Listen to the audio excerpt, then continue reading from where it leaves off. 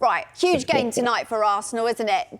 I was asking you, do you think this is the biggest game of the Mikel Arteta era? Yeah, I would say so.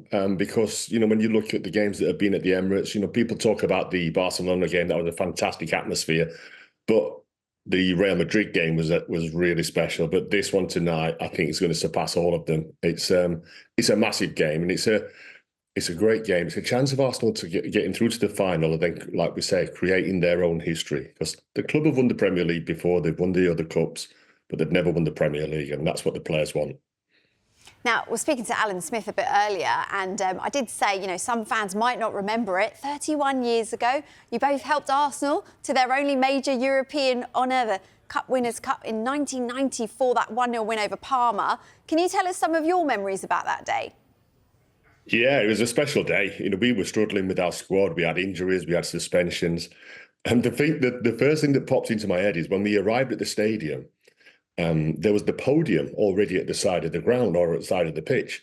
And it had your Cup winners, Parma written on it already. And we were like the sliding piece in case we won it, so that was great motivation for us. But that was a very special night. Obviously, that was a long time ago, but to get through to the Champions League final will be really special. I don't know how I was holding that trophy up like that, by the way, because I'd had about 8 injections in my ribs because I'd got three broken ribs that I had to play with. I was going to say, you look very fresh-faced there, indeed. Brilliant. I think I'd already had some champagne. Do you think back then you would have thought that it would take this much time for Arsenal to be back in European contention?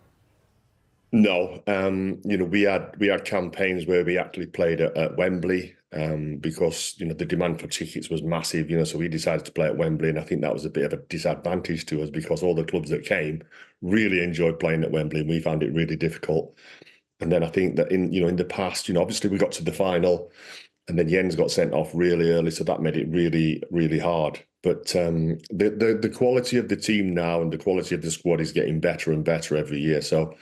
We're now genuine contenders to win the Premier League, but the next step is the Champions League, and it's so strange, like seeing Arsene Wenger earlier. I was at a dinner with him in the week, and he used to give us a piece of paper before every season and say, write in order in what preference you'd like to win, what you'd like to win, and all the English lads would go Premier League, Champions League, FA Cup, League Cup. All the foreign players would go Champions League, Premier League, FA Cup, so they were focused on that, and we had David Raya on my podcast, and he said exactly the same, that he'd love to win the Champions League because the club's never won it before. I bet there were some great stories from that dinner, David. You can tell me. You can tell me off air. Yeah. The Arsenal was on form, trust me. Now, look, Arteta has called on the players to go out there and make history. When you go out, you think about the fans, just how big a part can they play tonight? Well, I think he's asked everybody to bring their boots, their shin pads. I'm going to bring my gloves as well, just in case, you never know. But the Arsenal fans will create an amazing atmosphere. The one that I heard on the TV for the Real Madrid game was amazing. And I've been told that it was fantastic being in the ground. So yeah, it's vital for the fans to get behind us. But it's not all about tonight. It's about staying in the round and staying in the tie. Because PSG, they're really good. We all saw what they did to Liverpool in France. And if that wasn't for Alisson making about 8 or 9 unbelievable saves, that could have been a lot worse for Liverpool. But we'll show them respect. But I still feel that if we play our strongest game, we become really hard to beat. You could take your gloves. I think you could still do a job, David. I really do. In my head, I can. The body's saying. Now, look, knocking out Real Madrid, does that give them more confidence, or do you think it adds extra pressure to go on and win it? No, you take confidence from that. No problem at all. You beat them twice, home and away. So take all the confidence you need from that, put it into the game, but play your game and not the occasion. It's a semi-final first leg. It's about, like I say, it's about staying in the tie and making sure that, if possible, that we've got a lead to go and protect in France. So, yeah, it's all about concentration. I heard Arsene saying about, don't make any mistakes, don't get any players sent off. Obviously, Partey's missing because he got a silly booking in the last game.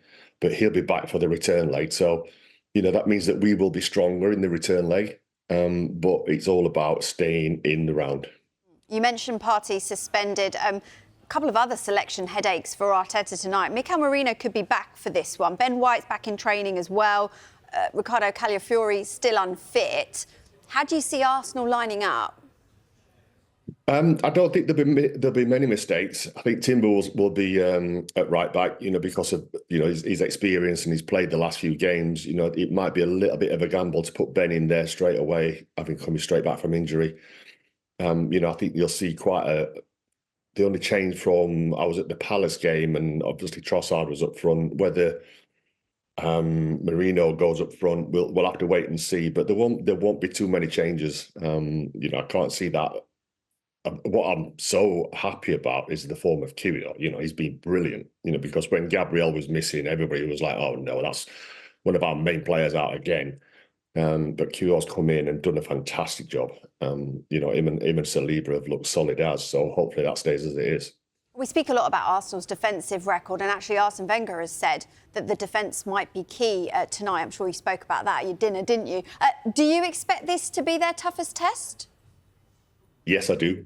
PSG are in much better form than what Real Madrid are. I know that we played them earlier on in the group stages, but that wasn't a real gauge. When I saw them against Liverpool in France, I was really surprised. I was shocked, if I'm honest, because of how good they were. Hopefully that was a one-off, but we'll have to wait and see. But it will be about the defences, because we've got quality up front, so have they. But there's two fantastic goalkeepers on show as well. Donnarumma. I don't think I'd want to be taking a penalty against him if it goes to penalties, because he fills all the goal. We have to talk about David Raya then. Arteta making that big decision when dropping Aaron Ramsdale and giving Raya that #1 shirt. What do you like about him? I like his calmness, most of all. He deals with a lot of pressure really calmly. You don't see him coming out and punching many balls. He catches so many crosses, and that really kills the attack. And then I like the way that he goes about his game. It's not all this celebrating. I had a couple of little celebrations when I was a goalkeeper, but I see goalkeepers like celebrating like mad for like a half save, and I'm like, no. David's my type of goalkeeper. But he's much better with his feet than I was, so that does help. Although we have had a couple of upsets in the last few games with trying to play it out from the back. But if you don't learn by your mistakes, you ain't ever going to get to the Champions League final. Yeah, there's a lot of talk, isn't there, about playing out from the back in modern football. How much would you say goalkeeping has changed since your playing days? It's changed a lot. People say to me, do you think you could play with playing out from the back? And I said, listen, I had to deal with the new back pass rule where I couldn't pick it up anymore. Trust me, that would be a shock to the system. But the goalkeepers are coached, and I go in at Arsenal once a week with the young goalkeepers, and they're coached all the way down to like the ages of under 9s. So now they're all getting used to it. It's a different way of being a goalkeeper, but it's part of being a goalkeeper, and you have to learn it. There's a right time and a wrong time to be trying to play it out from the back, especially if the guy you're passing it to is under pressure.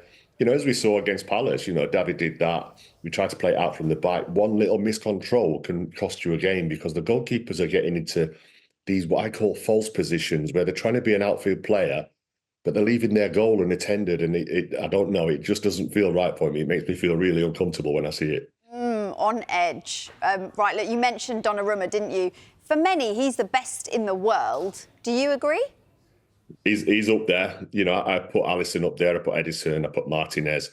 There's some fantastic goalkeepers around. I still like Manuel Neuer at Bayern, because he's been there and done it, and he's doing it for a long time.